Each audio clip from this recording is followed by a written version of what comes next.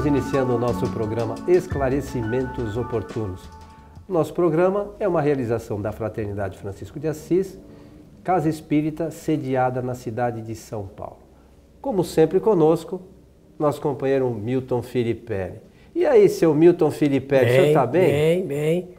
Estamos prontos aqui para mais um programa Esclarecimentos Oportunos. E a dona Alzira está bem, senhor Milton? Está bem. Um abraço para ela. Um abraço. Eu quero aproveitar a oportunidade, além de saudar os nossos amigos, ouvintes e também espectadores, e desejar que os bons espíritos nos ajudem sempre.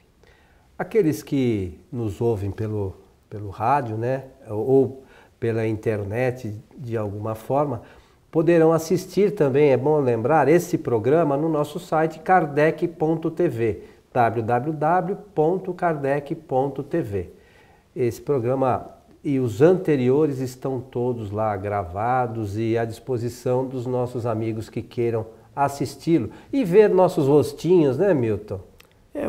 A forma assim, de comunicação pela TV, agora internet, fecha o circuito, né? Pelo áudio é uma coisa, e áudio e mais a imagem favorece bem, não é? Favorece. Pena que nós não podemos, o nosso programa tem um tempo menor, senão a gente poderia apresentar, inclusive, imagens mesmo para confirmar e elucidar alguns assuntos, né? Do ponto de vista didático, isso favorece, mas fica para o futuro.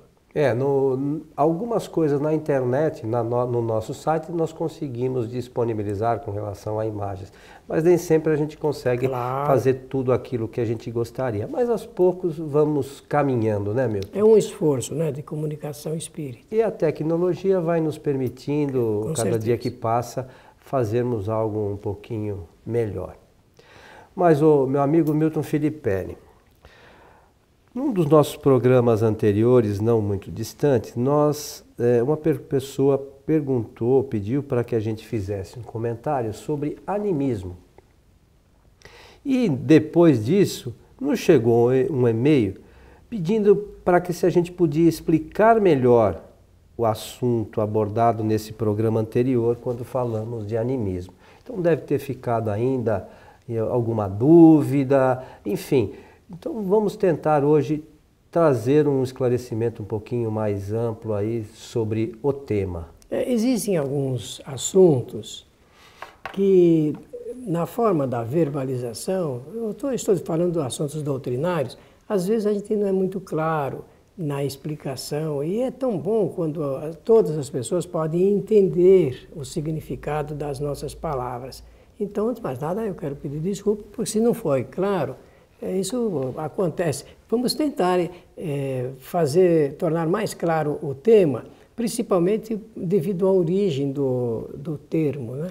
É bom que as pessoas façam isso mesmo. Se ficou alguma coisa que não está tão clara, mande e-mail, entre no site lá do kardec.tv ou no site Espiritismo Agora, encaminhe um e-mail para nós vamos ter o maior prazer aqui de tentar esclarecer de uma forma um pouco mais objetiva, talvez, né? Tá bem. Então eu começo dizendo o seguinte, essa palavra tem origem em outra, né? Na palavra ânima, que significa alma. Então, animismo é o derivado, né, consequência da existência da própria alma. Quem usa pela primeira vez esse termo foi um médico que nasceu por volta de 1600 e pouco, chamado Jorge Ernesto Stahl. E ele vai usar esse termo exclusivamente para uma teoria que ele criou a respeito da existência do fluido vital, do vitalismo, e independente da existência da alma. Vem daí que ele se apropriou do termo. Mas ele vai usar exclusivamente dentro de uma área, da sua área, que é a medicina, e, portanto, é quando aparece pela primeira vez. Depois, conforme nós dissemos naquele programa específico, um escritor, pensador russo chamado Alexandre Aksakov, que foi conselheiro do czar da Rússia, ele tentou explicar, dar uma resposta a um pensador alemão chamado Eduardo von Hartmann. Esse Eduardo von Hartmann, um homem que escrevia muito bem, pensava com justeza, ele fez observações a respeito de fenômenos, os mais variados, e ele então tentou explicar que aqueles fenômenos que as pessoas atribuíam a entidades extracorpóreas, espíritos, almas, não eram produzidos pelas almas, e sim pela capacitação do agente encarnado. E o Alexandre Aksakov, esse livro do Eduard Hartmann tem cerca de 100 páginas. E o Aksakov, então, escreveu em 1890, um livro que ele deu o nome de Animismo e Espiritismo. Aqui no Brasil, esse livro é editado em 2 volumes pela Federação Espírita Brasileira. Mas a primeira vez aparece também a edição portuguesa com um volume só. A resposta que o Alexandre Aksakov dá não é uma resposta eminentemente e doutrinariamente espírita. Ele também não era espírita, o Aksakov. Eu, conforme disse naquele programa, eu não considero o Alexandre Aksakov um cientista espírita. É um pensador, ele fez algumas observações, inclusive observações a respeito de médiuns que ajudaram Allan Kardec. Num programa eu pretendo tratar dessa matéria porque eu considero uma matéria de informação pública e necessária para não confundir o pensamento das pessoas. Então ele se esforçou, o livro é brilhante, deve ser examinado pelos estudiosos, tem muita coisa que a gente pode aprender, inclusive na metodologia, mas ele vai incluir esse assunto de uma maneira muito interessante. Então, por exemplo, nesse livro, ele abre chaves e põe mediunismo, o termo mediunismo, e coloca 3 palavras para classificar o que seria mediunismo: personismo, animismo e espiritismo. Então ele vai chamar de personismo fenômenos produzidos pela alma, como a gente é encarnado. O animismo, também fenômenos produzidos pela alma, como por exemplo pela telepatia, clarividência e tudo mais. E espiritismo, fenômenos onde os espíritos se comunicam através de médiuns, dos médiuns. E isso não é verdadeiro, não é verdadeiro. Então essa é a contribuição dele. Não é verdadeiro com relação aos nomes utilizados, mas todas essas práticas se dão. Não é verdadeiro o título chamado espiritismo, um tipo de manifestação onde o espírito se comunica através de médium, né? Não é verdadeiro. O espiritismo explica isso, através da faculdade mediúnica e tudo mais. Mas o espiritismo é muito mais do que isso, né? Muito mais. Aliás, foi bom você dizer dessa maneira, porque dá a impressão, ao ler a obra, que ele pegou a doutrina espírita, apanhou, é melhor falar assim, apanhou a doutrina espírita e a incluiu dentro de um quadro classificatório, como se o espiritismo coubesse ali dentro dessa classificação. Fosse uma parte, né? E você está dizendo que é muito maior. Muito ao contrário, mais o amplo. espiritismo explica os fenômenos que ele chama de personismo e também ele chama de animismo, né? Só que com outro nome, conforme nós dissemos no outro programa e vamos falar hoje também. Então, nós temos 2 situações. O uso do termo pelo médico, o uso do termo pelo Aksakov e o não uso do termo por Kardec. Tem que deixar claro o que é o que, né? E o que aconteceu? Ao longo da trajetória espírita, os espíritas preferiram o termo usado pelo Aksakov, não preferindo o termo usado por Allan Kardec. Mas isso é um erro. É um equívoco doutrinário. Por quê? Nós temos a palavra para exprimir o pensamento. E Kardec orienta para que no espiritismo a gente tem que dar um nome certo para cada coisa. Porque se eu achar que o animismo é inventar uma coisa, um outro nome qualquer para o animismo, daqui a pouco todo mundo vai achar que o Coelho e o Milton falaram um nome novo para o animismo, então vai achar que é aquilo. Se a gente der os nomes corretos para as coisas, a gente não se confunde, não é isso? Se me perguntarem por que eu não uso, eu vou dizer, em primeiro lugar, porque estaria me apropriando indebitamente de um termo criado pelo médico para no ramo da medicina, lá dele mesmo, na área dele, falar a respeito desse vitalismo. Você não usa porque você está fazendo uma análise espírita, uma análise doutrinária. E porque a minha doutrina, que é o espiritismo, tem um termo apropriado para isso. Então, nós temos que usar esse termo. É a nossa proposta. Quem quer ser espírita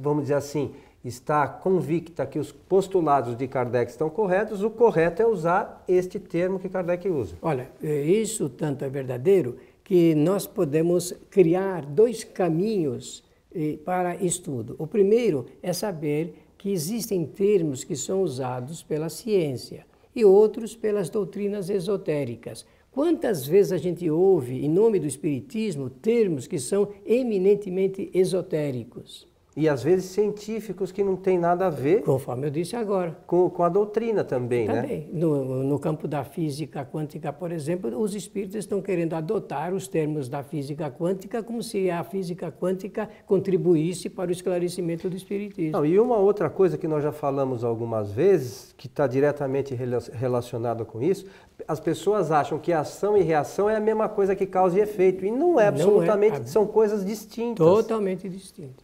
Mas, bem, enfim. Então, nós agradecendo a oportunidade de voltar ao tema, temos de dizer que para esse conceito de animismo, todo tipo de fenômeno produzido exclusivamente pelo agente encarnado, pelo Aksakoff, é chamado de animismo.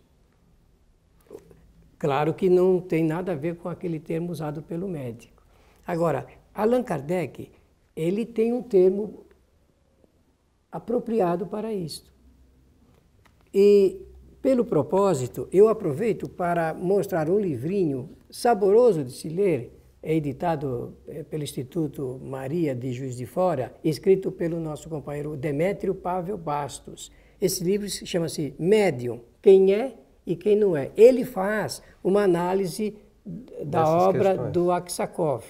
Então, ele vai mostrar de maneira muito apropriada e interessante aonde está o equívoco do Aksakoff quando coloca o espiritismo dentro de um quadro classificatório onde não caberia. E também por que ele usa esse termo e o termo que Allan Kardec propõe, né, no seu texto, e por que nós temos que retornar à origem, que é a obra de Kardec. E o termo a ser usado e bem usado é fenômeno não anímico, não mediúnico. Dizendo assim, claro que eu já estou dizendo que todo fenômeno não mediúnico é produzido pelo homem, pela sua capacidade psíquica de realizar fenômenos que se parecem com os dos espíritos. Posso dar um exemplo? Fenômenos de efeitos inteligentes. Um médium em uma sessão, ele pode entrar em uma espécie de transe. Eu estou falando dessa forma porque não encontro uma palavra muito específica e peculiar para essa situação. O que eu sei, como já passou pelas minhas mãos milhares de vezes, o médium, ele também entra numa espécie de transe e quem não tem experiência dá a impressão que ele está recebendo um espírito. Falando assim, parece que fica bem... Ou sendo o intermediário, né? Não, às vezes nem intermediário ainda. Porém, ele não está recebendo um espírito, ele está entrando num quadro de lembranças de outras vidas e ele traz essas lembranças e na qualidade ali do trabalho do centro espírita, ou ele escreve ou ele fala como se fosse um espírito. Esse fenômeno no espiritismo chama-se fenômeno não mediúnico, não se chama fenômeno anímico. É claro e objetivo. É bom nós lembrarmos que o que o Milton está falando é que nós, como espírito que somos, tem alguns conhecimentos que, no momento normal da nossa caminhada, faz parte do esquecimento do passado que o espírito, né, tem que enfrentar. Mas em alguns momentos é possível o espírito ter o contato, né, nesses momentos, sobretudo de reuniões, com conhecimentos que ele já teve de outras encarnações, né, e externar esse conhecimento. O critério de análise é sempre o mesmo que a gente sempre faz. tem que ver o conteúdo. Verifica-se o conteúdo. Se é bom ou se é ruim, é uma outra questão. Maravilha. No passado, os médiuns que desenvolviam dessa forma o seu trabalho, que entravam com facilidade nesse chamado transe, e no passado os centros espíritas não preparados, eles afastavam os médiuns das sessões, porque diziam que o fenômeno anímico não era um fenômeno, que era esse o termo que usavam, um fenômeno digno de observação. Quando, na verdade, às vezes, uma comunicação não mediúnica produzida só pela cultura do médium vale muito mais do que a comunicação de muitos espíritos que falam e escrevem. Não, e comprova também essa questão que Kardec aborda do esquecimento do passado, que o nosso conhecimento, muitas vezes, como espírito, é muito mais amplo do que aquilo que a gente externa enquanto estamos encarnados. Exatamente. É um negócio bastante interessante e digno de um estudo até mais profundo de nossa parte, né, Milton? Penso até que os centros espíritas do futuro, nessa parte da ciência espírita, terão áreas específicas para cuidar dos fenômenos não mediúnicos. Falei de fenômenos inteligentes, resta falar de fenômenos de efeitos físicos. Tem pessoas que são capacitadas a produzir fenômenos que se parecem com os que os espíritos produzem. Fenômenos de clarividência, de ver acontecimentos do mundo material com precisão, fenômenos de tangibilidade, de visibilidade, de bicorporeidade. Olha que coisa interessante. Então a gente vai vai aniquilar o fenômeno e afastar o médium ou o agente que produz só porque não é um fenômeno mediúnico? E nós temos que saber, inclusive, algumas pessoas, pelo que a gente vê, elas não têm, às vezes, noção de diferenciar uma coisa de outra. Por exemplo, a clarividência, que é um fenômeno não mediúnico, tem gente que acha que é uma vidência mais clara. Não, tem espíritos escrevendo isso, né? É uma coisa assim complicada para quem quer estudar a doutrina espírita, né, Milton? Então nós temos que buscar as informações nas obras de Kardec para que a gente não se confunda. Se eu quero ser espírita, a minha base de estudo tem que ser as obras de Kardec, não é do A, do B e do C. Lembrando que Kardec sempre fez em suas obras todas o controle universal, né, Milton? Não é simplesmente pegou o que um espírito falou e pronto, aquilo é a verdade absoluta. Não, Kardec pegou informações e trabalhou com mais de 1000 espíritos, não foi isso? Em 1000 médiuns? Ele fala isso na questão 257 do Livro dos Espíritos. Então é bom que para as pessoas terem uma noção um pouco mais ampla que o trabalho que Kardec realizou é muito mais profundo do que numa primeira leitura se possa imaginar, né? Sim, ele foi, na verdade, um cientista. Não com esse gabarito que o mundo impõe, mas com as condições, inclusive morais, que ele apresentou para realizar o seu trabalho.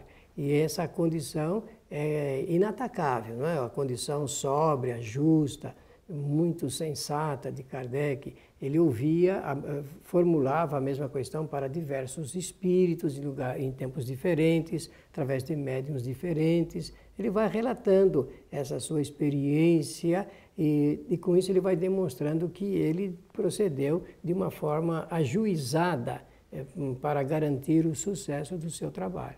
Alguns ainda falam, não, porque Kardec falou que a doutrina poderia ser atualizada, mas isso é uma questão que eu acho que até de humildade do próprio Kardec, não querendo fechar a questão. Mas pelo que eu estudo e que eu converso com você, que estuda o Espiritismo há mais de 50 anos, eu acho que não deu para a gente entender tudo que os espíritos falaram a Kardec ainda, né, mesmo? Não, e também não podemos assanhar assim com uma espécie de garantia momentânea de que a ciência está descobrindo coisas novas. Por enquanto, a ciência não apresentou uma contribuição ao conhecimento científico da doutrina espírita. O Milton fala que a ciência descobre coisas novas a todo momento, né? Mas nada relacionado às explicações de Kardec, nada relacionado ao espiritismo.